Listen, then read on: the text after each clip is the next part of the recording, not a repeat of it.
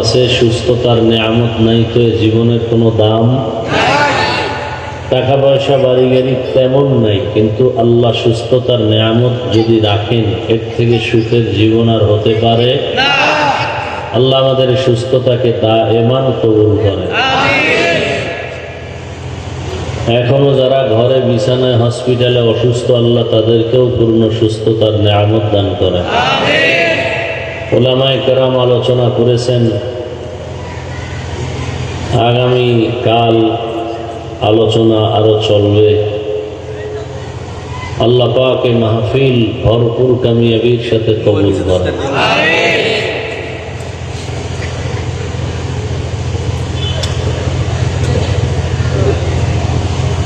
হাজারো লাখো মানুষের ভেতর থেকে বাছাই করে আজ এই ময়দানে বরকতি মজলিসে আল্লাহ আমাদেরকে হাজির হওয়ার তৌফিক দান করেছেন। আর একবার শুকর আদায় করি আলহামদুলিল্লাহ।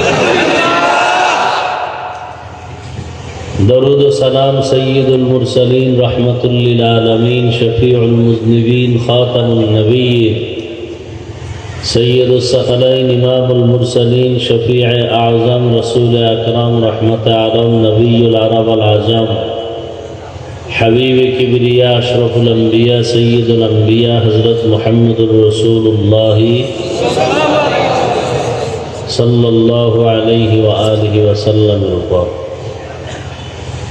সর্বোপরি শুকর যাদের অক্লান্ত পরিশ্রমে আজ এই সুন্দর আয়োজন। সময় পরামর্শ অর্থ দিয়ে দোয়া করে উপস্থিত হয়ে মাইক লাইট প্যান্ডেলের ব্যবস্থাপনার মাধ্যমে সহযোগিতা যারা করেছেন, প্রত্যেককেই আল্লাহ পাক এই খিদমতের বরকতে দুনিয়াতে শান্তি, পরকালে চিরমুক্তির ব্যবস্থা করে দিন। আমি আপনাদের দোয়া নেওয়ার পাশাপাশি খুব সংক্ষেপ দু চারটি কথা বলার নিয়তে কুরআনে হাকিমের এক আয়াত, রসুলের একটি হাদিস আমি পড়েছি। আল্লাহ পাক আয়াত ও হাদিসের আলোকে ইখলাস ও রুহানিয়াতের সমন্বয় সহি নিয়তে সহি তরিকায় কিছু কথা আমাকে বলার মতো এবং আপনাদেরকে শুনবার মতো আল্লাহ পাক তৌফিক দান করেন। ইয়া আইয়ুহাল্লাযীনা আমানু ইসতাঈনু বিস-সাবরি ওয়াস-সালাহ। আল্লাহ বলেন, হে মুমিন, তোমরা সাহায্য প্রার্থনা করো সবর ও সালাতের মাধ্যমে। ইন্নাল্লাহা মা'আস-সাবিরিন, নিশ্চিত আল্লাহ পাক সাবিরিনদের সাথেই থাকেন। নবীজি বলেন, মাইয়ুরিদিল্লাহু বিহি খাইরান ইউসিব মিন, আল্লাহ যাকে বেশি মহব্বত করেন তাকে আল্লাহ মুসিবতের দ্বারা পরীক্ষা নেবেন। দুনিয়াটাই পরীক্ষার হল। আয়াত হাদিসের তরজমা শেষ, এবার সংক্ষেপ কিছু ব্যাখ্যা। দুনিয়াটাই কি পরীক্ষার হল। এই পরীক্ষা মানেই একটা মুসিবত। দুনিয়াতে আমরা যারা পরীক্ষা দেই, ছাত্র স্কুলে কলেজে মাদ্রাসায়, একটা মুসিবত, একটা চাপ। তো দুনিয়াটাও মুমিনের জন্য এক পরীক্ষার হল। এই পরীক্ষায় আমাদেরকে পাশ করার জন্যই যুগে যুগে নবী রসুল, সাহাবায়ে কেরাম এখন মেহনত করতেছেন, ওলামায়ে কেরাম, যেন আমরা পরীক্ষায় কেউ ফেল না করি। এই কি পিছনে কোনো আকর্ষণ আছে? হ্যাঁ, সবাই পিছনে তাকায় কেন? আলাদা আকর্ষণ থাকলে আমি থাকি কিছুক্ষণ বলেন।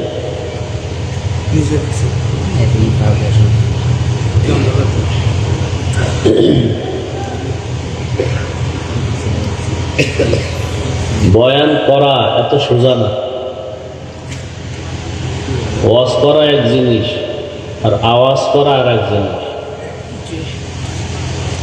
থানায় নিয়ে পুলিশে বেতের বাড়ি দেয় আসামি যুবকরে, কাঁদে না। আর ওয়াজ যেখানে হয় সেখানে মানুষ কাঁদে, চোখের পানি পড়ে, ওরে মারে কে, ও কাঁদে কেন? আর সেই ওয়াজের আসর হয় যখন, তখনই দিলের উপরে অ্যাকশন শুরু হয়। আর ওটা তখনই হবে যখন আল্লাহ পাকের খাস রহমত অবতীর্ণ হবে। এবং শ্রোতাদের অন্তরের মহাব্বত একনিষ্ঠতার সাথে থাকবে, তখন আল্লাহ পাক এখানে বরকত দিবেন। ধ্বংস করে দিল আমাদেরকে এই মোবাইল, বলতেও পারি না কিছু, সইতেও পারি না। লজ্জা শরমও আমাদের কমে যাইতেছে দিন দিন। ১,৫০০ বছর, এই মেয়ে থামো, ১,৫০০ বছর আগে রসুল বলে গেছেন, লা ঈমানা লিমান লা হায়া আলা, যাদের লজ্জা নাই তাদের কি নাই? ঈমান নেই। মোবাইলে অন্যায় করতেছেন, এটা শুনলে আপনার কান্না করা উচিত না? আপনি হাসেন কেন? আমি হাসির কথা বলছি। করতেছেন অন্যায়, আমি আপনাকে বলার দ্বারা আপনি মাথা নত করে নিজেকে ভাববেন যে আসলে আমি কি মানুষ না অন্য কিছু। আপনি হাসতেছেন, হাসির কি আছে? এত সুন্দর একটা বাগানে আসেন, মোবাইল হাতে নিছেন কেন? কি প্রয়োজনটা কি মোবাইলে?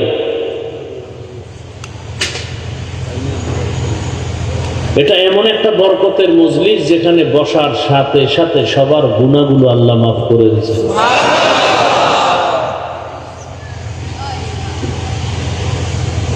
পৃথিবী ঘুরে, শুধু বাংলাদেশ না। একজন মুফতি আনেন তো দেখি, ফতুয়া দেন।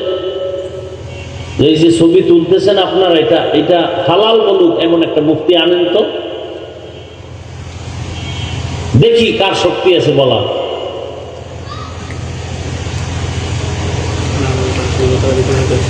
নিজেও ক্ষতিগ্রস্ত হচ্ছেন, অন্যেরও ক্ষতি করার ষড়যন্ত্র করতেছেন। আল্লাহ আমাকে আপনাদের সকলকে হেদায়েতের দৌলত দান করেন।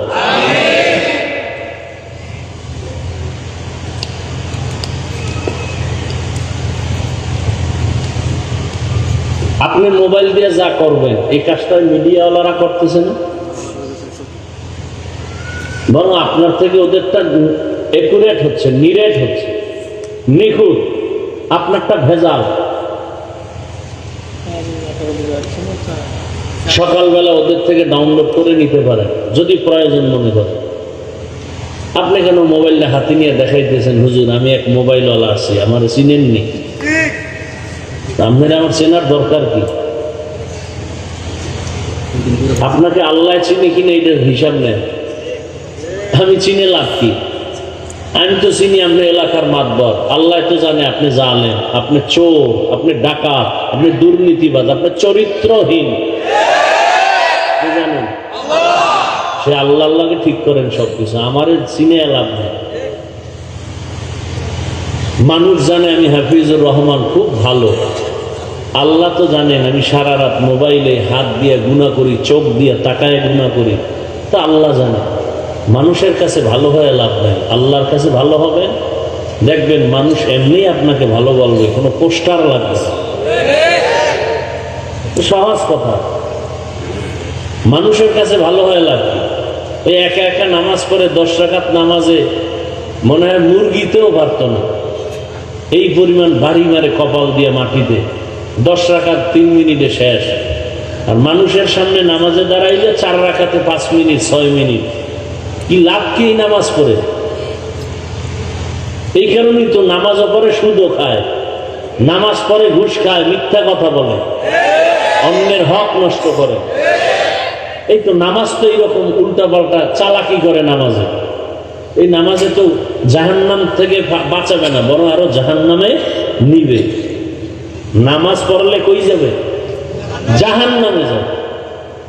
দলিল আরাআইতাল্লাযী ইউকাযযিবু বিদ্দীন ফাযালিকাল্লাযী ইয়াদউল ইয়াতীম ওয়ালা ইয়াহুদ্দু আলা তাআমিল মিসকিন। এরপরে কি অর্থ? কি ফাওয়াইলুন।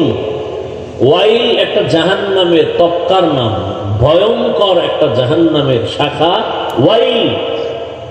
লিল মুসল্লিন, যারা নামাজি মুসল্লি এদের জন্য ওয়াইল নামক জাহান্নাম। আল্লাহর কথা। এবার বুঝেন তো, অন্য আয়াতে আল্লাহ চ্যালেঞ্জ দিয়েছেন, নামাজ মানুষকে বিনা হিসাবে জান্নাতে নিবে, কোনো গুনাহ রাখবে না। আর এই আয়াতে কি বললো? ফাওয়াইলুল লিল মুসাল্লিন, মুসল্লিদের জন্য ওয়াইল, মানে মারাত্মক এক জাহান্নাম। ওয়াইল এটা নামাজি মুসল্লির জন্য। চিন্তা করেন তো, কি নামাজ পড়ি,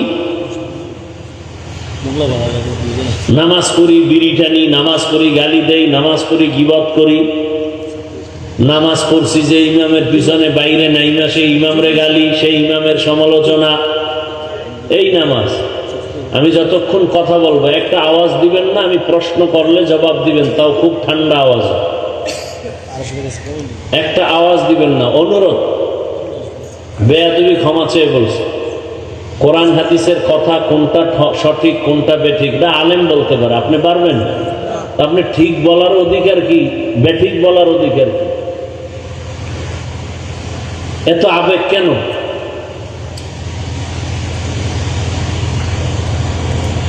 আল্লাহ মাহফিল কবুল করেন।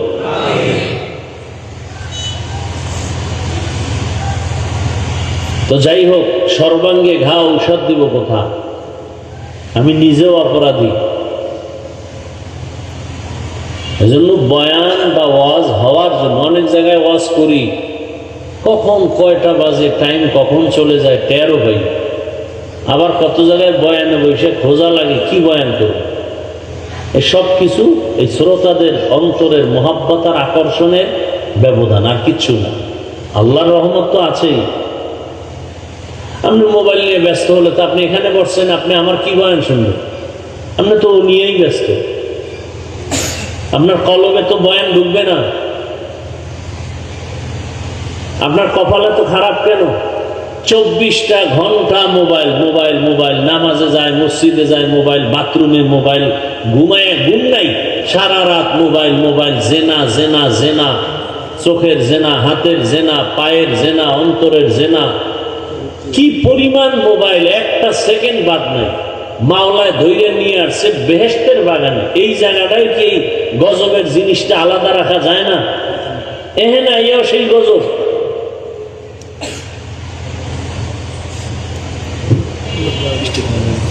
কি নিয়ে যাবেন বাসায়? ওয়াজে আইলে বেলুন কিনে বাসায় নিবে, বেলুন, প্লাস্টিকের মাছ।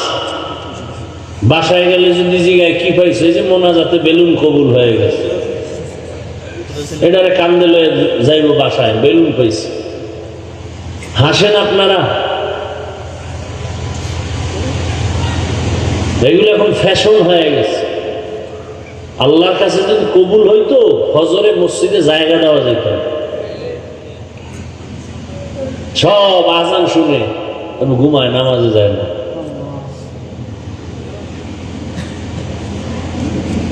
এই কথাগুলো সন্তানকে মাও বলতে ভয় পায়, কারণ সন্তান মাকে মারবে, যেন মাও বলে না যদি আমারে মারে। এবার চিন্তা করো যুবকরা, তুমি কত বড় বেয়াদব হয়েছো। যেই মা সন্তানের কপালে দিবে চুমা ভালোবাসায়, আজকে সেই সন্তানকে মা ভয় পায়। কি পরিমাণ বেয়াদব আর চরিত্রহীন হলে ওই সন্তানকে মা ভয় করে? কি পরিমাণ চরিত্রহীন বেয়াদব হলে ওই ছাত্রকে শিক্ষক ভয় করে? একটা ভালো সন্তানকে কসম আল্লাহ কোনোদিন মা ভয় করবে না। করবে কি ভাই? মা বাবা সন্তানকে ভয় করে কখনো?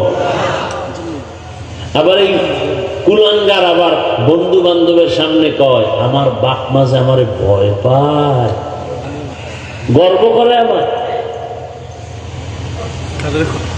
অথচ চিন্তা করা উচিত, তোমার মা বাপ তোমাকে ভয় পায় শুধু তুমি বেয়াদব, তোমার চরিত্র নষ্ট, এই কারণে ভয় পায়।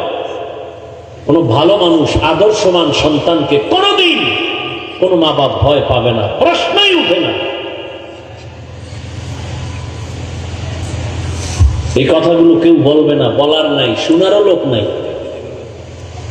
বিরোধিতা করার লোকের অভাব নেই।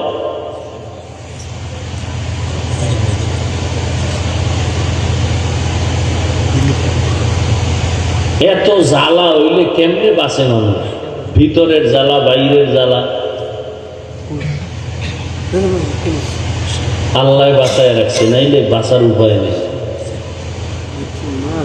হাফিজুর রহমান হ্যাঁ আইছে একজন একেবারে ওই 13 আর 2 যায়, সালাম দাও যেন না দেওয়া লাগে না, আমি কি জানি এক ভয়ঙ্কর কিছু না, নিকৃষ্ট কোনো পশু বুঝাই দেয়। চিন্তা করতে পারেন, বুঝেন কিছু আমি যে বলতেছি বুঝেন, এটা একটা আলেমের শান। 50 হাত দূর দিয়ে বুঝে যায় এটা আলেমের শান।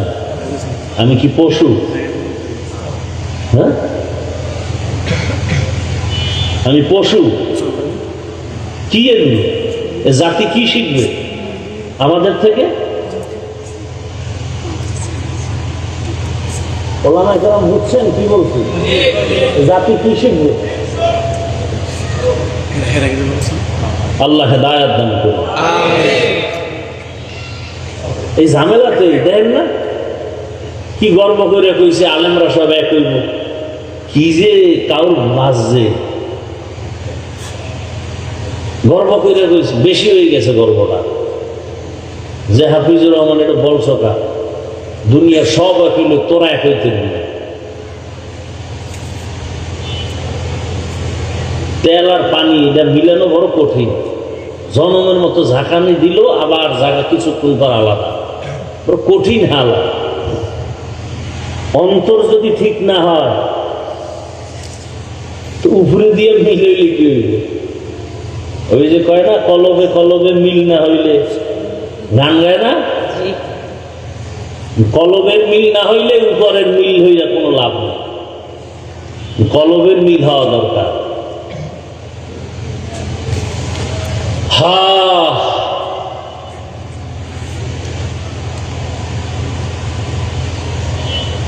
আল্লাহ আমাকে মাফ করেন, আল্লাহ আপনাদেরকেও মাফ করেন, রাগ করিয়েন না। চূড়ান্ত ভালোবাসা মোহাব্বত নিয়ে কথাগুলো বলতেছি, একটা কথাও আমি কাউকে আঘাত করার জন্য বলি নাই, জাহান্নাম থেকে বাঁচার জন্য। আমি জান্নাতে যেতে চাই, আপনাদেরকেও নিতে চাই, সেই বয়ান করতে আসছি। কাউকে হুজুর বানানের ওয়াজ করতে আমি আসিনি, মাওলানা মুফতি মুহাদ্দিস বানানের ওয়াজ করতে আমি আসিনি। আমি আপনাদেরকে জান্নাতে নেওয়ার পরামর্শ দিতে আসছি। আল্লাহ সবাইকে কবুল করেন।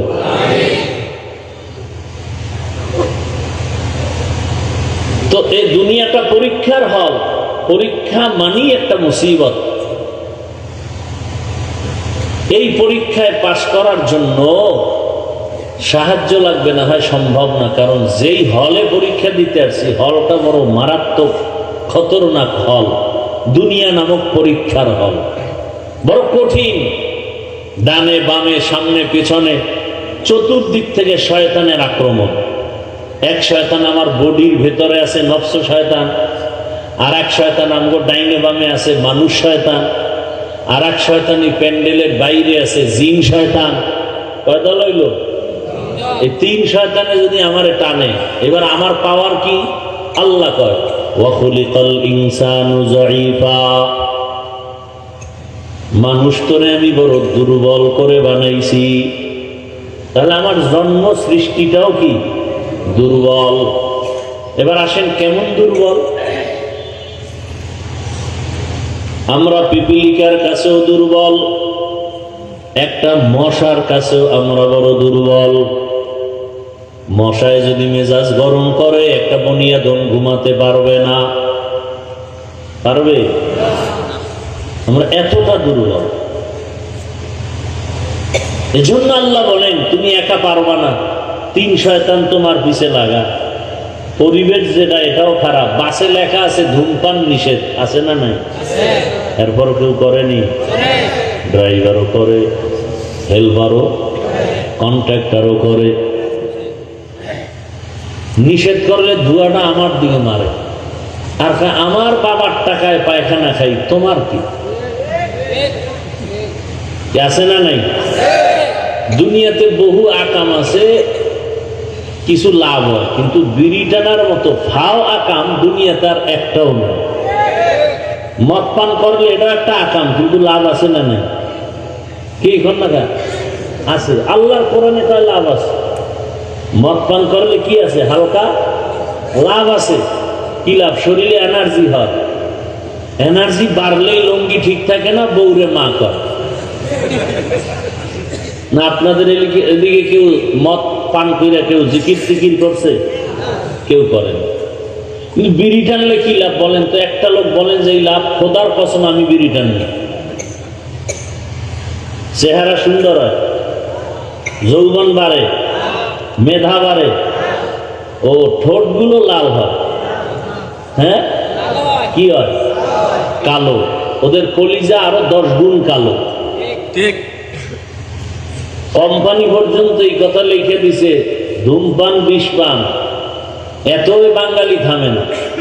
এরপরে লেখছে মৃত্যু ঘটায়, এরপরও থামে না। বড় কঠিন হালাত।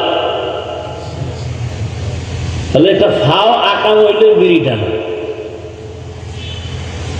আমার কথাই কি হেদায়েত নাকি? হেদায়েতের মালিক মান ইয়াহদিল্লাহু ফাহুয়াল মুহতাদ ওয়া মান ইউদ্লিল ফালান তাজিদা লাহু ওয়ালিয়াম মুরশিদা।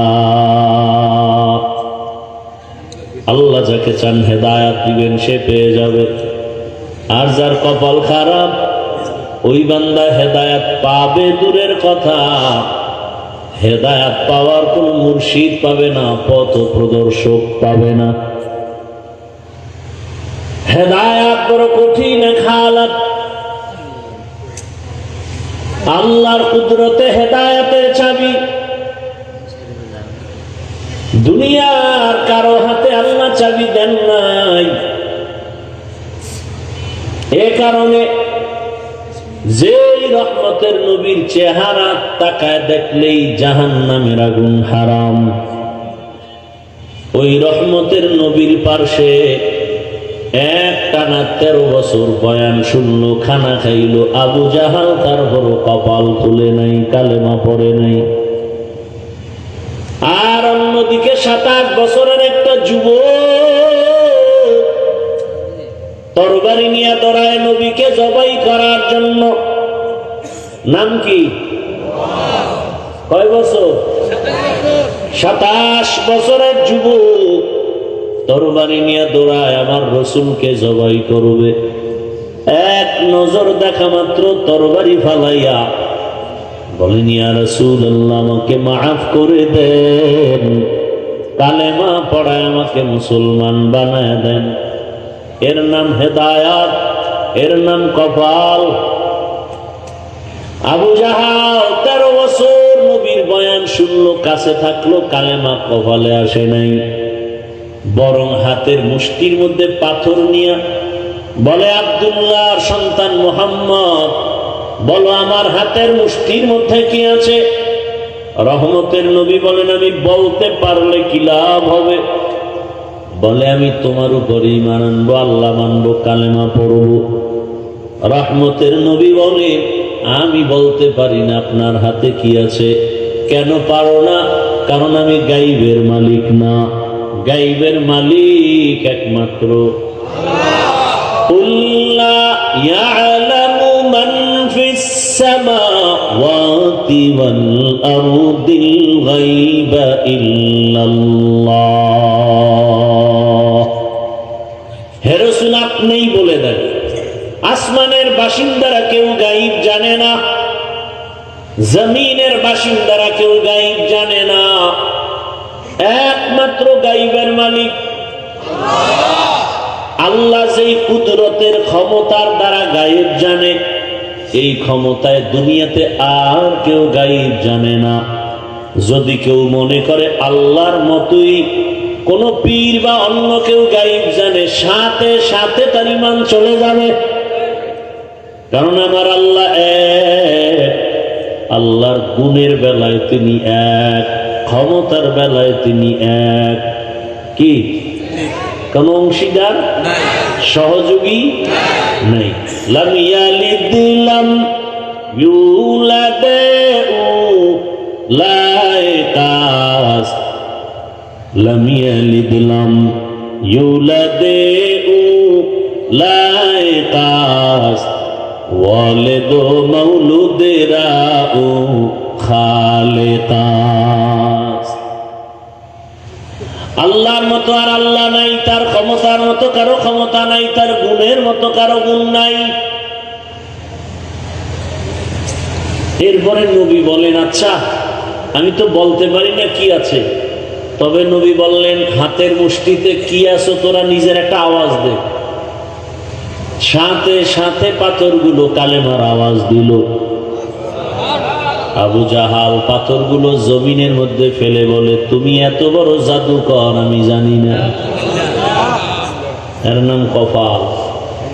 কপালে কি নাই? হেদায়েত নাই। আর নবীকে জবাই করতে এসে কালেমাওয়ালা হয়ে গেল। 5 মিনিটের ব্যবধানে তরবারিটা উল্টা দিয়ে দাঁড়ায় গেল বাইতুল্লাহর পার্শ্বে হাতিমে। হুঙ্কার দিয়ে কয়, এই রসুলের দুশ্মনেরা, ইসলামের দুশ্মনেরা, মুহাম্মদের আর প্রয়োজন হবে না বিরোধিতার জন্য, মোকাবেলার জন্য আমার তরবারির সামনে দাঁড়াও। এমন পাওয়ার আল্লাহ বাড়ায় দিয়েছেন, এখন ওমর যেই পথ দিয়া চলে শয়তান ওই পথে চলে না। ভয়। যুবক ছেলে একটা মদের বোতল নিয়ে হাঁটে, হঠাৎ করে তাকায় দেখে ওমর, ভয় কাঁপতেছে। ওমরের কথার আগে তরবারি রেডি, মাথাটা গরম। অন্তর দিয়ে আমার মালিকের ডাক দিয়ে বলে, হে মালিক, আর জীবনে মদ পান করবো না, তুমি ওমরের হাত থেকে বাঁচাও। নজরে পড়ে গেছে, বোতল ফেলতেও পারে না। হযরত ওমর সামনে এসে কয়, কি তোর হাতে আমার কাছে দে। যুবকটা কাঁপতেছে, কয় কাঁপার দরকার নেই, আমার হাতে দাও। মদ ভরা বোতলটা যখন ওমরের হাতে দেয়, যেই বোতলে মদ ছিল এখন তাকায় দেখে এক ফোঁটা মদও নাই, পুরা বোতলটার ভেতরে সাদা দুধে ভরা। हर के दारत खौफ हकदार दिल मदाम जन्नतुल मअवा देहद ओ राम काम जुज़बा हक़ची जे मखाज इंसो जा फजले उआ मस्ते दर जुमला जहां। এখনো সে ওমরের নাম শুনলে এখনো শরীর কেঁপে উঠে। কেমন বেড়া! যেই ওমরের উপরে আল্লাহ খুশি, কতটা খুশি! ওমর যা কয় আমি আল্লাহ ওমরের কথা মেনে নিলাম। নবী চিন্তায় আছে আল্লাহ কি কয়। আল্লাহ কয়, জিব্রাইল নবীরে বলো ওমর যা কয় আমি আল্লাহ মানছি, নবীও যেন মেনে নেয়। সেই ওমরকে বর্তমান বাংলাদেশে এমন কিছু আল্লাহর দুশ্মন আছে যে সেই ওমরকে মানতে পারে না, বলে সে বেদাতু। ওমর মানে পথভ্রষ্ট। চিন্তা করেন ভাইরা আমার, ধর্ম নিয়ে এত ভেজাল আমার দেশে বলার ভাষা নাই। এত মানুষের টুপি দেয় না, এ নিয়ে কোনো ফিকির নেই। আর একজন টুপিওয়ালা সে পাস করলে দিল কেন, ওই জন্য মাথা ব্যথা আছে না নাই? এত মানুষ নামাজ পড়ে না, এ নিয়ে কোনো মাথা ব্যথা নাই। কিছু হজরতের সমস্যা কি, বুকে হাত বাঁধে না কেন, এ নিয়ে জ্বালা। বুকের হাত লইয়া নাবির হাত লইয়া চিল্লে চিল্লে, অথচ যারা নামাজই পড়ে না এদের পেছনে মেহনত নেই, ফিকির নেই। আল্লাহ হেদায়েত দান করেন। এই সব সমস্যার একমাত্র সমাধান আল্লাহ ওয়ালা যারা, তাদের কাছে বাইআত হইয়া সোহবত নিয়ে চললে দিল সোজা হবে, না হয় সোজা হবে। যে ব্যক্তি বলে কোনো অলিয়া উলিয়া মানি না, যে কোনোদিন তার কাছে হাত দিবে, বয়াত হবে, এর উপায় কি? এর কপালে মহর লেগে গেছে। আমি তো সারা বাংলাদেশে বলি, যারা বলেন অলিয়া উলিয়া মানি না, আমি বলি এরা কোরআন মানে না, বুখারী শরীফ মানে না, এরা ভণ্ড। এদের যারা ভণ্ড বলে না তারাও ভণ্ড। আউলিয়ারা কারে উকবা ইখতিয়ার, জাহেলারা কারে দুনিয়া ইখতিয়ার। মাইলে মোমেন সোয়ে মোমেন মিশাওয়াত, মাইলে কাফের সোয়ে কাফের মিশাওয়াত। আল্লাহ তাআলা সাহায্যের কথা বললেন কেন? বলে এটা পরীক্ষার হল। তুমি পরীক্ষায় পাশ করতে হলে একা একা পারবা না, কারণ পরিবেশ বড় খারাপ। আল মালু ওয়াল বানুন জিনাতুল হায়াতিদ দুনিয়া। সম্পদ আর সন্তান হলো দুনিয়ার সৌন্দর্য। আল্লাহ তাআলা বলেন সাবধান, ইয়া আইয়ুহাল্লাযীনা আমানু লা তুলহিকুম আমওয়ালুকুম ওয়ালা আওলাদুকুম আন যিকরিল্লাহ। তোমার সন্তান আর সম্পদ যেন তোমাকে আল্লাহর মুহাব্বতের দরজা থেকে গাফেল করে না দেয়। সাবধান। সুফিয়ান সাউরি রাহমাতুল্লাহ আলাইহি বলেন, মানুষের ধ্বংস করার মূল জিনিসটা হলো মাল, মালের মোহাব্বত। ভাই কথা বুঝেন তো? মানুষকে ধ্বংস করার মূল কি? মালের মোহাব্বত। এগুলোর থেকে মানুষকে বাঁচাইবে সে ডাক্তার কারা? ওলামায়ে কেরাম। ডাক্তার কারা? সুফিয়ান সাউরি বলেন, মানুষ মালের মোহাব্বতে আটকায় যাবে, আর আলেমরা ডাক্তার হয়ে তাদেরকে সরাবে, বাঁচাবে, ঔষধ দিবে। সুফিয়ান সাউরি কয়, সেই মালে যদি আলেমরে ধরে, যারে দিয়ে ভূত সারানো, এরে যদি ভূতে পায়, যেই মাল মানুষকে ধ্বংস করে, সেই মালের পেছনে যদি আলেম ডাক্তার হইয়া সেও যদি রোগী হয়ে যায়, চিকিৎসা করবে কে? ইলমেরা এজাজ করদান বেহিসাব, খলকেরা দাদান জওয়াবে বা সওয়াব হক না দারত। এই এত ডিস্টার্ব করা লাগে? তুমি সামনে বইলা খাইয়া, কত মানুষ পিছনে ডাইনে বামে দাঁড়ানো। ওখান থেকে 2-4 জন যদি বিড়ি টানতে যায়, আমরা দেখবো ডিস্টার্ব হবে। সামনে মানে হেদায়েত হয়ে গেছে মাশাআল্লাহ, এর আর বয়ান লাগবে না। থানবী রহমতুল্লাহ দরবারে যে একজন বইয়া 1 মিনিটও না উঠা হাঁটতেছে, সবাই গিয়ে ধরছে, এই ভাই তুমি কোথার থেকে পথ করে চলে যাও, থানবীর দরবার। কেন ভাই? আমার অজ হয়ে গেছে, পুরা টাটকা হেদায়েত পেয়ে গেছে। কি আমরা 40 বছর হজরতের দরবারে লাইন পেতেছি না খুঁজা, আর আপনি আসলেন আর বসলেন আর উঠে যান, হেদায়েত হয়ে গেছে? বলে হ্যাঁ হয়ে গেছে। যদি আমি 1 মিনিটের ওয়াজ আমল করি, আমার বিশ্বাস আমি বিনা হিসাবে জান্নাতে যাব। কি ওয়াজ? থানবী বলছে, গুনাহ করিও না, নেক ছাড়িও না। আপনারাও কি এই দিয়ে তুলতেছেন? এমন করিয়েন না। আল্লাহ নিয়ে আসেন ভাই, জোর করে এই সমস্ত ঠান্ডার মধ্যে এই প্যান্ডেলে বসা যায় না। মাওলায় দয়া না করলে পারে না, সম্ভব না। এই 3rd ক্লাসের বিছানায় যে কেউ বসতে পারে না। এখানে বসতে কপাল লাগে, কপাল। এখানে বসতে কি লাগে? কপাল। বুঝো না রে বাবা, ভালো করে বুঝো। এই এলাকার কোন কোটিপতি যদি এতগুলো মানুষ কোন একটা জায়গায় দুনিয়ার লাইনে জমা করতে চাইতো, তাহলে ওই নেতা, ওই টাকাওয়ালা সাহেবের প্রথমে তাকে আসা যাওয়ার ফ্রি গাড়ি দেওয়া লাগতো। আপনারও দিছে ফ্রি গাড়ি, আবার ওই ফ্রি গাড়িতে এই বেহেশতি মানুষ আসতো না, সব গাঞ্জাখোরেরা লাইন দিত। আসার পরে ভিআইপি চেয়ার বসার জন্য আপনাদেরকে ভিআইপি বিছনা দিছে। পৃথিবীতে এর থেকে নরমাল থাকতে পারে না। সব এক, কে ধনী কে গরিব কোনো ভেদাভেদ নাই। ওই টাকাওয়ালা সব মানুষের বসাই আবার ফাঁকে ফাঁকে নাস্তা দেওয়া লাগতো। প্যাকেট একটা কম পাইলি চেয়ারের বাড়ি, বাতাসে উড়ে চেয়ার। আমি দেখলাম কেমনে, ওই ওগো দলের মধ্যে আবার কয়েকটা কুলাঙ্গার লাইফ বয়, ওরা লাইফ দিয়ে দেখে নামগো দলের মানুষ আমরা কত বড় বেয়াদব। কথা বুঝেন, বাংলা বুঝেন?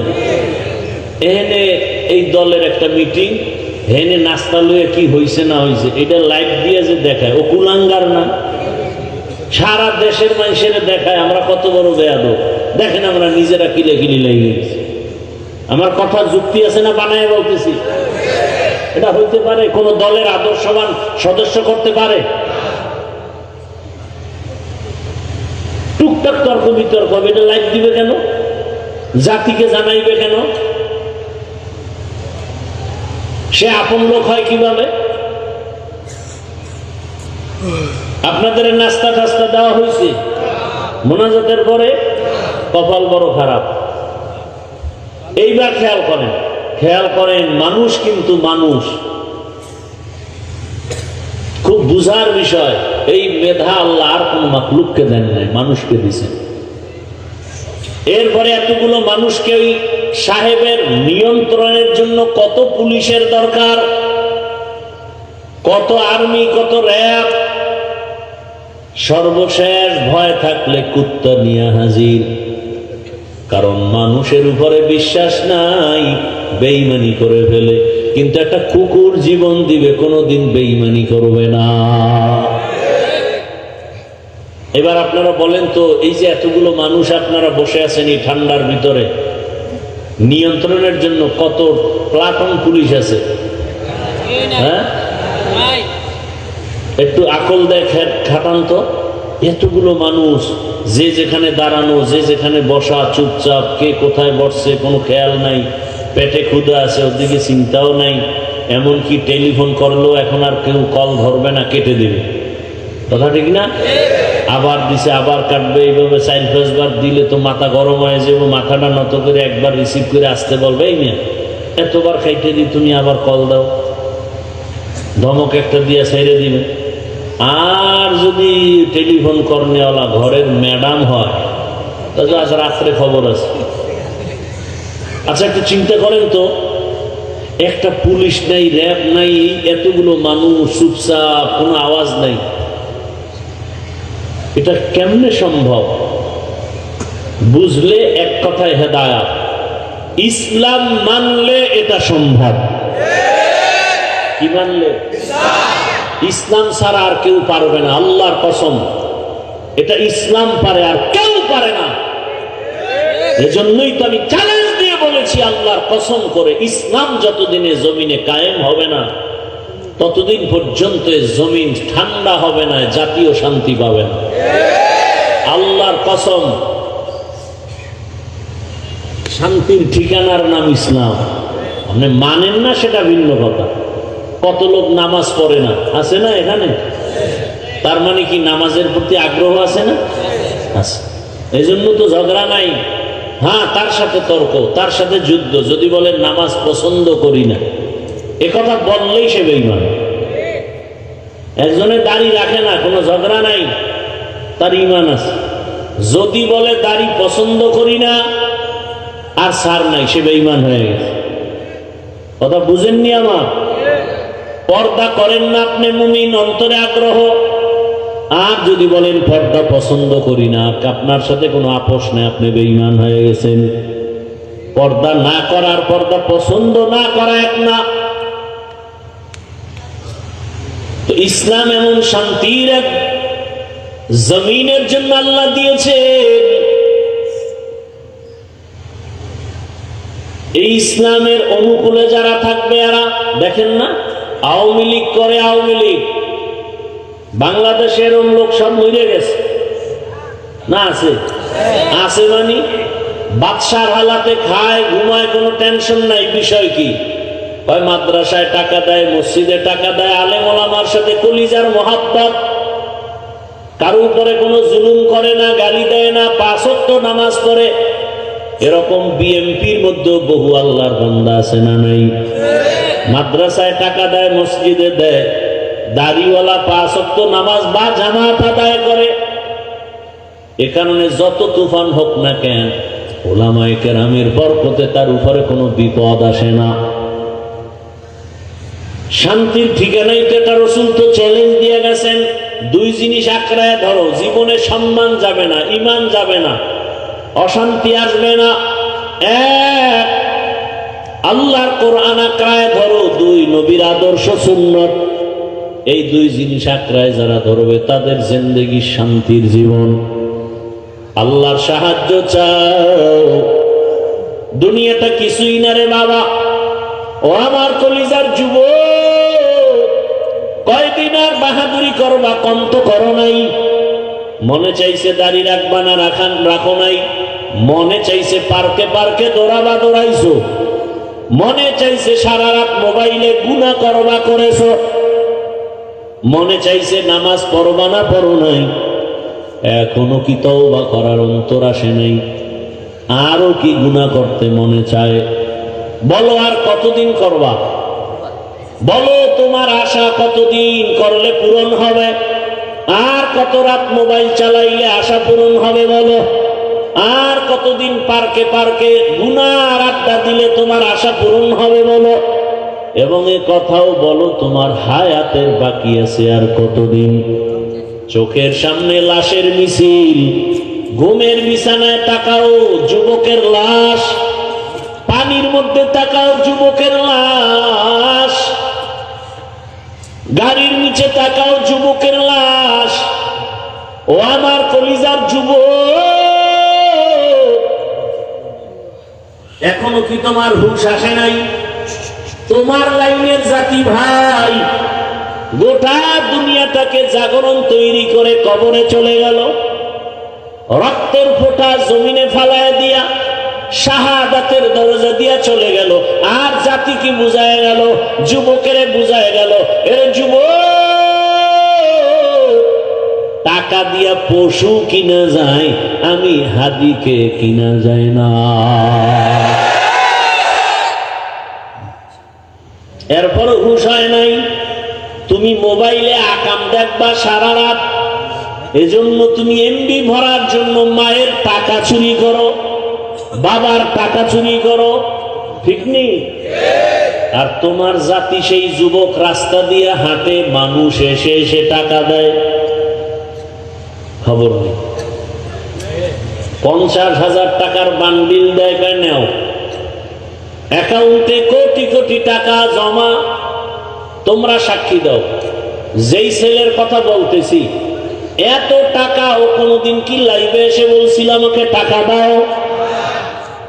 ও যুবক, তুইও যুবক, তোর চরিত্র এত খারাপ কেন বল? কার অভিশাপ লাগাইছো কপালে? হয়তো মা বাবার অভিশাপ লাগছে, না হয় শিক্ষকের, না হয় আলেম ওলামা। এই 3 জায়গার অভিশাপ লাগলে কসম আল্লাহর, মরার আগে তুই পঙ্গু হয়ে যাবে। আর এই 3 জায়গার দোয়া থাকলে তুই ডাক্তার হলো, গোটা দুনিয়াতে সম্মান হবে, মানুষ তোর কদম চুমতে থাকবে। এক ডাক্তার জাকির নায়েকরে কে না চিনে দুনিয়া? হোমিওপ্যাথিক ডাক্তার, টাকার গরমে না, ক্ষমতার গরমে না। এই 40 বছরে তোমার চেহারা নষ্ট হওয়ার কথা না, অথচ 22-25 বছরে তোমার চেহারায় কোনো আলো নাই, নূর নাই, আকর্ষণ নাই, তাকাইলে মায়া হয় না, বরং দিন দিন শুধু চেহারা নষ্ট হয়। যুবক পাও ধরে বলছে, নিচে নাইমে যদি একটা বলতে পারো যে ভাই ধরো, কয়েকজনে নাইমে আসে, খোদার কসম পাও ধরে বলছে, পানি না নাইমে আসতে। মাইকের ফোন যদি একটা লাগাই দিত পুরো 50 হাতে, তাহলে নাইমে নাইমে পাও ধরে অজ করতাম, অজও করতাম, পাও ধরতাম। তোর পায়ে হাত দিয়ে বলি, তুই আয়নায় তাকা, তুই তাকা, দেখ তো তোর চেহারা আগের মতো আসেনি। তোর নিজের কাছেই খারাপ লাগে, চেহারাটা এত নষ্ট হইল কেমনে, এই দাগ সেই দাগ, এই কিছু সেই কিছু। আয়না দেখার টাইম তো পাও না, শিডিউল খাইলি নেই আয়না দেখা, মিস কল আর মিস কল, আয়না দেখারও টাইম নাই। ও আয়নার দিয়ে তাকাইলো দেখে বেগানা বয়ে রয়েছে, ওর চেহারা দেখার টাইম নাই, ও আয়নার সামনে দেখে বেগানার চেহারা, নর্তকীর চেহারা। কে বলবে এই কথা, কে শুনবে আমার এই কথা? বলার মানুষ নাই, শোনার মানুষ নাই, বিরোধিতা করার মানুষের অভাব নাই। কেমনে বুঝাই আমার এই যুবকরে? যুবক, গোটা দুনিয়ার নেতৃত্ব তো তুমি দিবা, গোটা দেশ তো তুমি চালাবে, গোটা দুনিয়া তোমার দিকে তাকিয়ে আছে। তুমি সমাজকে সুন্দর করবা, দেশকে সাজাবা, সেই চরিত্র তোমার মধ্যে আছে, নষ্ট করো কেন? হারিয়ে গেলে আর ফিরে আসবে না, চরিত্র কোনদিন আসবে না। বয়ান উল্টা শুনে তসবি হাতে নিয়ে দোয়া ইউজ করতেছে, কবে আসবে সেই ভোটের আগের রাত, 500 টাকায় পশুর দামে বিক্রি হয়ে যাবে। কি বাজারে গেলে একটা ভালো মুরগি কিনতে গেলে 600 থেকে 1000, একটা ছাগল কিনো 15,000 20,000, একটা গরু কিনবা তুমি 1 লাখ। আর ভোটের আগের রাতে আমার সোনার বাংলার আশরাফুল মখলুকেরা বিক্রি হয় 500 টাকায়। তাহলে তুমি তো আসলে মানুষ না, তুমি অমানুষ। তুমি কি অমানুষ? আল্লাহ কয় এটা পশু, আল্লাহ আবার বলে না না না, বালহুম আদল, এরা পশুর চেয়েও খারাপ। একটা পশুর দাম 1 লাখ, একটা পশুর দাম 15-20,000। কি তুমি মানুষের দাম তার চেয়েও কম? ওরে টাকা দিয়া তো পশু কিনা যায়, পশু টাকায় বিক্রি হয়, মানুষ কখনো বিক্রি হতে পারে না। বড় দুঃখ। তুমি সততার সাথে স্লোগান দিবা কেমনে? যার বিরুদ্ধে তুমি কথা বলবা, 1 টাকা না খাইয়া ফলাইছো ঘুমের মধ্যে, এই হারাম টাকা খেয়ে ফেলছো, তোমাকে কে শোধরাবে? বাবায় মান্যত করে আছে হারাম খাবে, যৌতুকের টাকা খায় বিয়ে বা সন্তানকে বিবাহ করাবে। এরম বাবা নাই দেশে? বাপ নামের অযোগ্য। এরে আমার যুবক, আবার বললেও কিন্তু মন আবার স্থির হয়, কারণ তোমার লাইনে বহু যুবক আছে স্কুলে পড়ে নামাজি নাই? ঢাকা কলেজে কত ছেলেরা লেখাপড়া করে, মাথায় পাগড়ি, বড় দাড়ি, বড় জামা, মনে হয় যেন মসজিদের কোনো ক্ষতি, অথচ আরবিও ভালো করে পড়তে পারে না। ও যুবক, তোমার কিসের অভাব? আমি তো বলি নতুন করে যা করছো তো করছো, এবার তওবা করে একটা দাঁড়ায় যাও, নতুন ভাবে দাঁড়াইয়া মাত্র 5-7 বছর মোবাইলটা পানিতে ফেলে দাও, চরিত্র নিয়ে নতুন করে দেখবা তোমার জীবনটা সুন্দর হয়ে যাবে। আল্লাহ তাআলা রাস্তা খুলে দিবেন। গোটা দুনিয়ার পিছনে তুমি করো না, আজকে টাকার জন্য কত পেরেশানি করো। যদি চরিত্র নিয়ে দাঁড়ায় ডাক্তার হও, ইঞ্জিনিয়ার হও, প্রফেসর হও, ওসি ডিসিএসপি হও, মেম্বার চেয়ারম্যান এমপি হও, আল্লাহর কসম যদি চরিত্র ভালো থাকে, আদর্শ ভালো থাকে, গোটা দুনিয়ার মানুষ তোমাকে চিনে ফেলবে অল্প সময়। তোমাদের জাতি ভাই উদাহরণ না? কথা বলো না কেন? উদাহরণ। গোটা দুনিয়ার মানুষ তাকায়ছিল এই ছেলেটাকে। বাংলাদেশের মানচিত্রে এই দেশ যতদিন আছে তার ইতিহাস ততদিন থাকবে। কথা ঠিক? তোমার অভাব কি বলো বাবা? তোমার দিয়ে তাকায় আছে গোটা দুনিয়া, গোটা দেশ, গোটা সমাজ। তোমাকে নিয়ে মা বাবা গর্ব করবে, আমার ছেলে বড় সুন্দর। যেখানে যাবে সবাই বলবে আপনার অমুক ছেলে, বলে হ্যাঁ ধন্য আপনি, আপনার সন্তানের মতো একটা ভদ্র ছেলে আর নাই। স্কুলে এত ছেলে পড়ে, কিন্তু আপনার ছেলেটা আমাকে দেখলেই সালাম দেয়। বাবার মন খুশি না বেজা? এই যে বয়ানগুলো করতেছি, কি বুঝতেছে যুবকরা? এই বয়ান দিয়ে আমি কি বুঝাইতেছি? তোমরা আমার মতো হুজুর হও। ভুল বুঝবা না, আমি হুজুর বানাইতে আসিনি।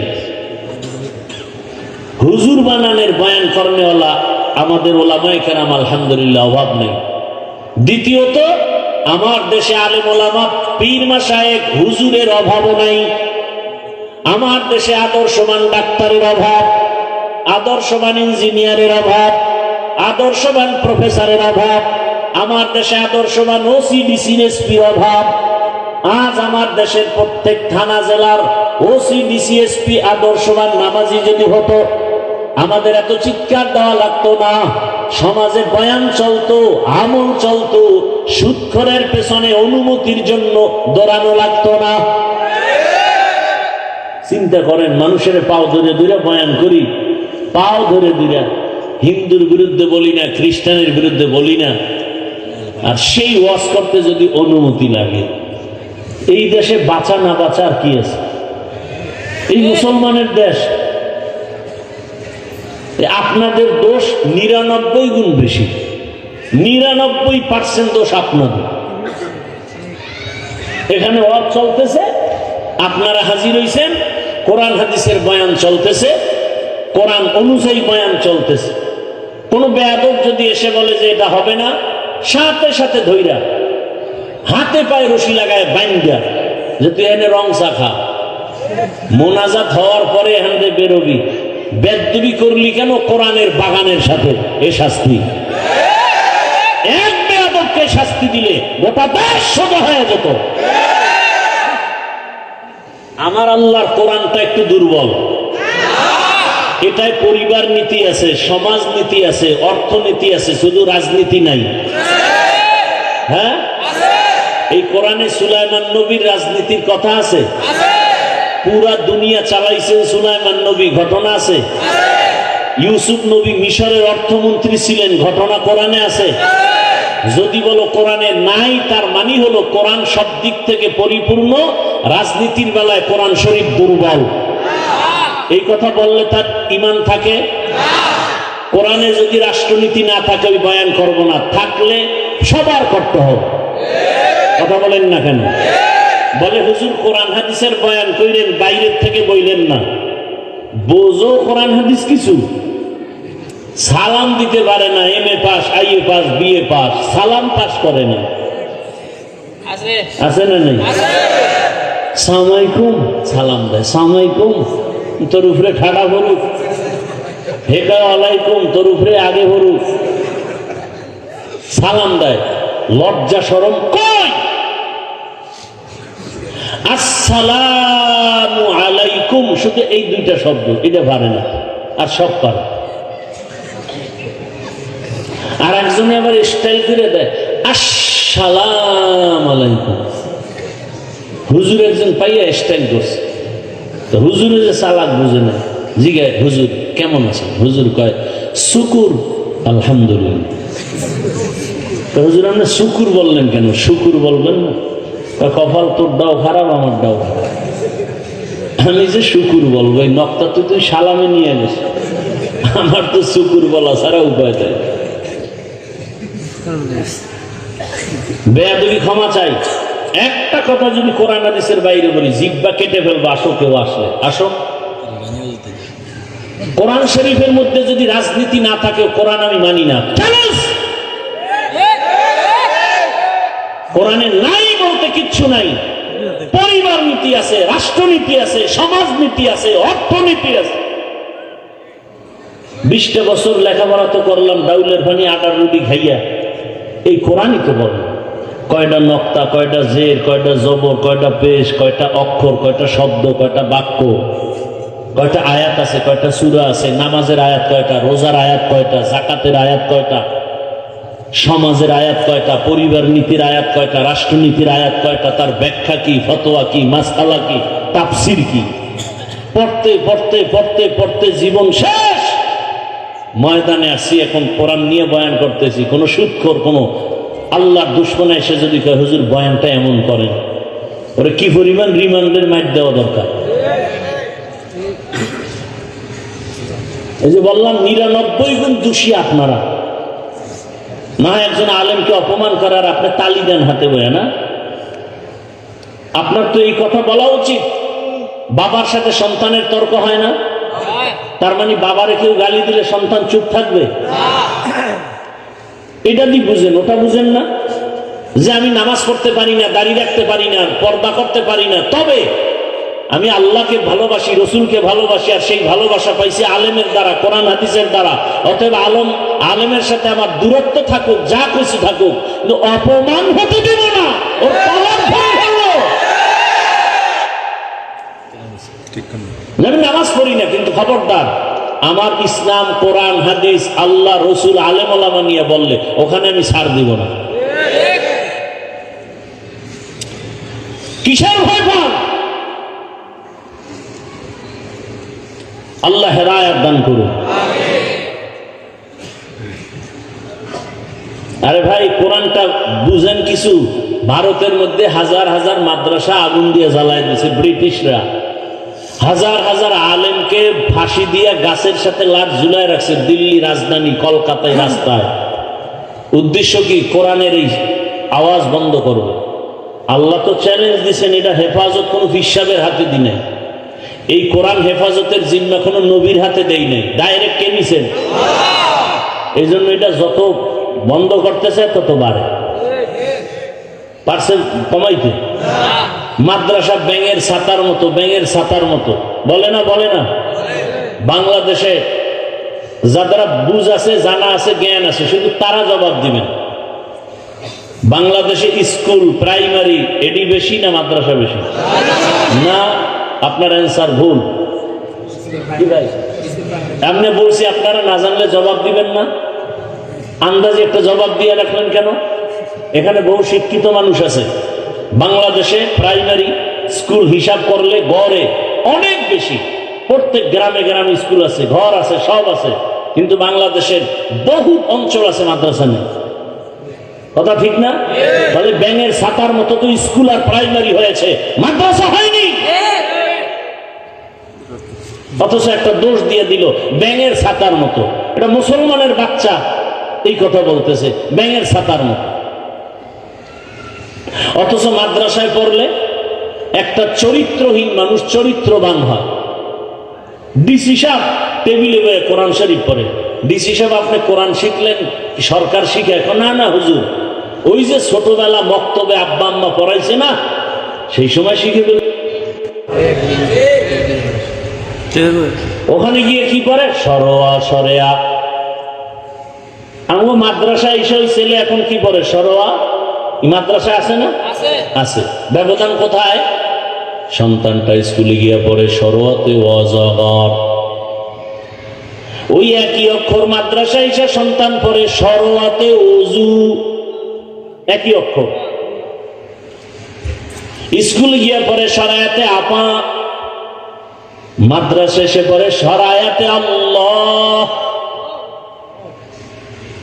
মাদ্রাসা এসে পড়ে রব্বি জিদনি ইলমা। স্কুলে গিয়া আছে নাই, হ্যাঁ গিয়া পরে ক্রিং ক্রিং টেলিফোন, হ্যালো হ্যালো হ্যালো, কে তুমি, কাকে চাও, বলো বলো বলো। আমি নাও হ্যালো ক্যাট বিড়ালকে চাই, জরুরি খবর আছে ডেকে দাও তাই। হামটিমা টিম টিম, তার খাড়া দুটো শিং, তারা মাঠে বারে ডিম। আগের কবিতা তো ছিল, আদর্শ লিপি পড়ছি না। সকালে উঠিয়া আমি মনে মনে বলি, সারাদিন আমি যেন ভালো হয়ে চলি। আদেশ করেন যাহা মোর গুরুজনে, আমি যেন সেই কাজ করি ভালো মনে। আর এখন নাচবে কেমনে? কোমরটা কি বামে না ডানে ডুলাইব, এই জন্য শিক্ষক নিয়োগ দিবে। হুজুরগো যখন মাথা গরম হয়ে গেছে, রাস্তায় নামছে, সব নাস্তিকের বাচ্চাগুলো লেজ গুটায় ভিতরে ঢুকছে। বাংলাদেশের একটা সুন্দর সংস্কৃতি যে আলেমরা নামলে তারা কামিয়াব। যে আন্দোলনে আলেম আছে এটা কি কামিয়াব। জুলাই স্বাধীনের পরেও যদি আন্দোলন করা লাগে তো কিসের স্বাধীন করলেন? আম্মা জানেরা স্লোগান দাঁড়বে অধিকার পাই নাই, সমান অধিকার লাগবে। আল্লাহ যে বেশি দিছে ওটা লাগবে না, এই বেশিটা নিয়ে না নিয়ে সমান নিতে যায়। তাসলিমার অবস্থা কি? বেশি নেবে না, সমান। সমান মানে এক পুরুষ যেমন 4 স্ত্রী রাখবে, এক স্বামী কেন, এক স্ত্রী কেন পারবে না? আমি তাসলিমার পেটে বাচ্চা তো যেখান থেকে মনে চাই আমি সেখান থেকে নিব, এটা আমার স্বাধীনতা। ওলামায়ে কেরাম গর্জে উঠে কয়, এই বেশ্যা, যেখান থেকে মনে চায় সেখান থেকে পেটে বাচ্চা আমগো দেশের কুকুর নিরা নেয়, মানুষ নিতে পারে না। অথচ কত বড় এমবিবিএস ডাক্তার, যেমন তেমন ডাক্তার না, এবং গবেষক। কোরআনের আয়াতের ব্যাখ্যা পড়ে, হাদিস পড়ে, নাইলে আল্লাহর ভুল ধরছে কেন? ব্যাখ্যা পড়ে পড়ে কয় এই আয়াতটা আইন যা করছে নারীর উপরে, এই আইনটা আল্লাহ একটা ছত্র নারীর উপরে জুলুম করছে। আল্লাহ জানেন। আমার দুঃখ লাগে, বারবার বারবার বারবার এই দেশের মানুষ দেখে আলেমদের সাথে বেয়াদবি করলেই পতন, বেয়াদবি করলেই পতন, বেয়াদবি করলেই বিপদ। এরপরও কেন যে আলেমদের সাথে বেয়াদবি করে আমি তো বুঝেই আসি না। যদি আলেমরা কোনো ক্ষতি করত, এই যে আমরা বয়ান করতেছি, এই যে এতক্ষণ বয়ান করছি, একবারও কি বলছি যারা আওয়ামী লীগ করে ওরা সব বিনা হিসাবে জাহান্নামী? কথা বলেন না।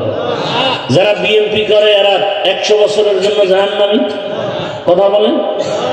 ওটা আপনি করবেন কি না করবেন সেটা ভিন্ন কথা, ওটার জবাব আপনারটা আপনি আল্লাহর কাছে দিবেন। কথা ঠিক না? আমাদের উপরে হামলা কেন?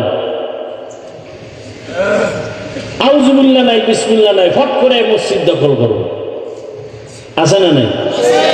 মুসলমানের চূড়ান্ত জীবনের একটা উপাসনালয় আল্লাহর ঘর মসজিদ, যেখানে মানুষ বিড়ি নিয়ে ঢুকতে ভয় পায়, ওযু ছাড়া ঢুকতে ভয় পায়, একটা সূক্ষ্ম, সেই মসজিদের দায়িত্ব নেই কিভাবে? সুৎখোর তো মায়ের সাথে জিনা করার গুনাহ লিপ্ত, অল টাইম মায়ের সাথে জিনা, গর্ভধারিণী মায়ের সাথে অল টাইম জিনা জিনা জিনা জিনা। সুৎখোর, যার জীবনে একটা মোনাজাত কবুল হবে না তওবা না করা পর্যন্ত। সুদের সাথে যারা জড়িত, এদের হজ কবুল হবে না, দান সদকা কবুল হবে না, একটা মোনাজাত কবুল হবে না। বড় অল টাইম আমার আল্লাহ রেডি রাখতে থাকতে বলছে, যে রেডি থাক, আমি আল্লাহ নিজে তোর সাথে যুদ্ধ করব। তো কত বড় মারাত্মক চিন্তা করেন তো। সূরা বাকারা আয়াত। এই যে কথাগুলো বলতেছি কাউকে আঘাত করার জন্য, দূরে সরাবার জন্য। আচ্ছা, আগামী জুমা এই বয়ান, আমার মতো এই বয়ানগুলো আপনাদের মসজিদ এলাকায় করুক না তো কোন ইমাম খতিব, কি হবে উপায়? কমিটি গোপনে বলবে 1 মাসের ছুটি। কি দোষ আপনাদের না? আপনারা তো প্রতিবাদ করতে পারবেন না, ওই যে পায়খানা খাইছেন।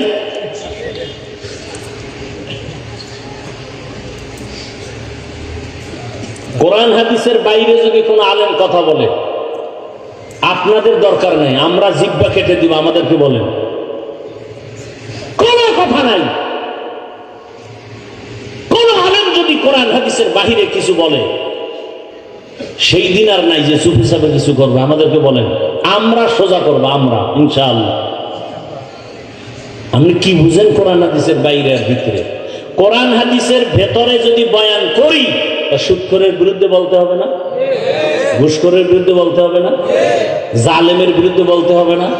বেনামাজির বিরুদ্ধে বলতে হবে না? কি আপনাদের আকল কি বলে? কোরআন কি সুদখোরের পক্ষে, ঘুষখোরের পক্ষে, বেনামাজির পক্ষে, দুর্নীতিবাজের পক্ষে, চোর ডাকাতের পক্ষে, ধর্ষক আর খুনির পক্ষে? কি বুঝাইতে চান আমাদেরকে? যে কোরআন হাদিসের বয়ান করেন, কি বুঝাতে চান? আর আলেম ওলামারা বলেন কোরআন হাদিসের, কোরআন হাতে নিয়ে বয়ান করেন। কোরআন হাতে নিয়ে বয়ান করবেন, সূরা বাকারা বয়ান শুরু করেন, বলবেন এই আয়াতের তর্জমা এই। সবার মুসল্লিদের হাতে বাংলাটা দিয়ে আপনি খালি তর্জমা পড়বেন। সুদের যতটি আয়াত আছে একসাথে না বয়ান শুরু করেন দেখা দেখা। এরপরে কেউ বিরোধিতা করলে এরপরে আসি, আমরা আছি। জীবন তো একবার আসছে একবার যাবে, টেনশন কিসের? সুদের বয়ান করবেন, ঘুষখোরের বিরুদ্ধে বয়ান করবেন। কোরআনে আছে না বেনামাজির বিরুদ্ধে কি কি ভয়াবহ বয়ান আছে, এটি করবেন।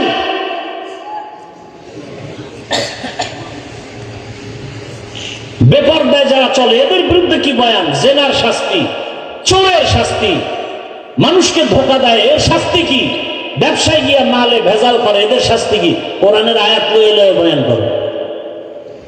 কি ভাই, এইবার দেখি কে বলে যে হুজুর কোরআনের ভিতরে দিয়ে। হ্যাঁ, এবার ভিতরে দিয়েই করতেছি, টাটকা ভিতরে দিয়ে আয়াত লইয়া বয়ান। সূরা বাকারা 275 নম্বর আয়াতের ওখান থেকে 3-4 পৃষ্ঠা হোমানে বয়ান, মুনাফিকদের বিরুদ্ধে বয়ান, জালেমের বিরুদ্ধে বয়ান, লাগাতার বয়ান করেন। কে এই বয়ান শেষ করবেন? আপনার 14 পুরুষের হায়াত হইলেও তো এই কোরআনের বয়ান শেষ করা যাবে না। সবাই কোরআন হাতে নিয়ে বয়ান করবেন, মসজিদে মসজিদে ওলামায়ে কেরাম, একেবারে ধারাবাহিক, মুখস্থ বয়ানের দরকার নেই। আল্লাহ, খুব রাগ করতেছেন আপনারা। আপনারা রাগ করলে তো দোষ নেই, আমরা করলে না দোষ। হুজুর এত রাগ, আমি মানুষ না। আল্লাহ হেদায়েত দান করুন। যুবক বাবারা, আমি বলবো নতুন করে ঘুরো। তুমি ডাক্তার হও, দোয়া করি, দিল থেকে বলছি, ডাক্তার হও, বেয়াদব হও না। ইঞ্জিনিয়ার হও, বেয়াদব হও না। ওসি হও, ডিসি হও, এসপি হও, বেয়াদব হও না। তুমি এক যুবক, ফুটন্ত গোলাপ, তোমার ঘ্রাণে পুরা সুবাসিত হবে গোটা দেশ, গোটা সমাজ। তোমাকে দেখলে দুশ্মন ভয় পাবে, যারা উল্টা পাল্টা চরিত্রহীনরা দেখলেই তো ভয় পাবে। আরে এর সামনে বিড়ি টানা যাবে নাকি? আমাদের সামনে কেউ বিড়ি লয়ে আসে কেন? আমরা ফ্রিডম জানি এই লোকটা জন্মের মতো বিড়ি টানে, এরপরে তো আমরা সালাম দিই, বসাই, আসেন, জানি। কিন্তু ওই লোকটা তো আমার সামনে কখনো বিড়ি নিয়ে হুজুর দেখি, হুজুর হুজুর হুজুর বিড়িটা ফেলাই দিচ্ছে। তো তোমার চরিত্রটা এমন হতে পারে না যে তোমার বন্ধু বান্ধবরা তোমার আদর্শ দেখিয়া ভালো হয়ে যাবে? আমি তো একবারও বলি না আমি মাদ্রাসায় মাওলানা হও, বলছি আমার দেশে মাওলানা, মুফতি, মুহাদ্দিসের অভাব নেই। অভাব কি? আদর্শ ডাক্তার, আদর্শবান ইঞ্জিনিয়ার, আদর্শবান প্রফেসর, আদর্শবান ওসি, ডিসি, এসপি, এটি চাই। এই বয়ানগুলো আমি সারা দেশে এভাবে করি। আমার এই লাইনের বয়ানটা আমি ইচ্ছা রকম খুব জোর দিয়ে করি। এখনো সময় আছে, তওবা করো, অন্তরটাকে নরম করে দাও। মানুষের একটা আফসোস থাকে, আরে পার্কে গেলে কি জানি মজা, তো নিছো না, এবার ফিরো। মনে মনে আল্লাহকে বলো, ও আল্লাহ, জীবনে পার্কে কম ঘুরি নাই, দাড়ি কম কাটি নাই, নামাজ কম সারি নাই। ও আল্লাহ, আজকে বুঝতে পারি নাই, তওবা করে ফেলতেছি, আর দাড়ি কাটবো না, নামাজ ছাড়বো না, বেপরদায় চলবো না। মা বাবার দোয়া নিয়ে, ওলামায়ে কেরামের দোয়া পরামর্শ, শিক্ষকের দোয়া নিয়ে নবীর আদর্শ মেনে চলবো। আর জীবনে কারো উপকার করতে না পারলেও ক্ষতি করব না, কারো প্রশংসা করতে না পারলেও বদনাম করব না। ও আল্লাহ, নেক আমল করতে না পারলেও আর গুনাহ করব না। মা বাবা, মুরব্বী, ওলামায়ে কেরাম, শিক্ষকদের সাথে আর বেয়াদবি করব না। যদি বান্দা তওবা করো, সাথে সাথে আমার আল্লাহ দয়া করে তোমাকে মাফ করে দিবেন। তওবা করার যদি নিয়ত থাকে খাঁটি অন্তরে, আল্লাহ পাক জীবনের সব গুনাহ তওবার কারণে মাফ করে দিবেন। আল্লাহ আমাদেরকে তওবাওয়ালা জীবন দান করেন। আল্লাহ পাক আমাদের গুনাহমুক্ত জীবন দান করেন। আমিন। আলহামদুলিল্লাহি রাব্বিল আলামিন। ওয়াসসালাতু ওয়াসসালামু আলা সাইয়্যিদিল আমবিয়া'i ওয়াল মুরসালিন ওয়া আলা আলিহি ওয়া